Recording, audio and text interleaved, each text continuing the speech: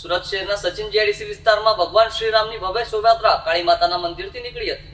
આ શોભાયાત્રા સચિન વિસ્તાર 4 રસ્તા તથા જીઆઈડીસી નાકા અને ઊંચા રસ્તા માર્ગે પસાર થઈ હતી। શોભાયાત્રાને લઈને સમગ્ર રૂટ પર પોલીસ દ્વારા કિલ્લેબંધ બંદોબસ્ત ગોઠવાયો હતો।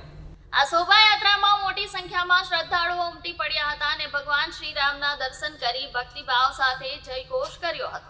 સમગ્ર વાતાવરણ ધાર્મિક ઉત્સાહ અને આનંદથી ગુંજી ઉઠ્યો હતો। વિવિધ વિસ્તારોમાંથી આવેલા ભક્તોએ ઉત્સાહપૂર્વક ભાગ લીધો હતો, જેમાં યુવાઓ, મહિલાઓ અને વડીલોનો વિશેષ સમાવેશ જોવા મળ્યો હતો।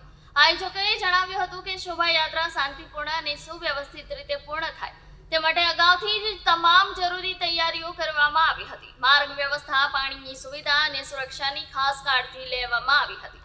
પોલીસ અને વહીવટી તંત્ર દ્વારા પણ પૂરતો બંદોબસ્ત ગોઠવવામાં આવ્યો હતો, જેમાં ટ્રાફિક વ્યવસ્થાને સુદૃઢ બનાવી લોકોને કોઈ મુશ્કેલી ન પડે તેની ખાતરી કરવામાં આવી હતી। શોભાયાત્રા દરમિયાન ભક્તોમાં ભારે ઉત્સાહ અને ભક્તિભાવ જોવા મળ્યો હતો। કાયદો અને વ્યવસ્થા જળવાઈ રહે તે માટે પોલીસે વધારાના દળો તૈનાત કર્યા હતા અને સમગ્ર કાર્યક્રમ દરમિયાન નજીકથી નજર રાખી હતી। શોભાયાત્રા સફળતાપૂર્વક પૂર્ણ થયા બાદ સ્થાનિક લોકોએ આયોજન અને વ્યવસ્થાપન માટે આયોજકો તેમજ વહીવટી તંત્રનો આભાર વ્યક્ત કર્યો હતો।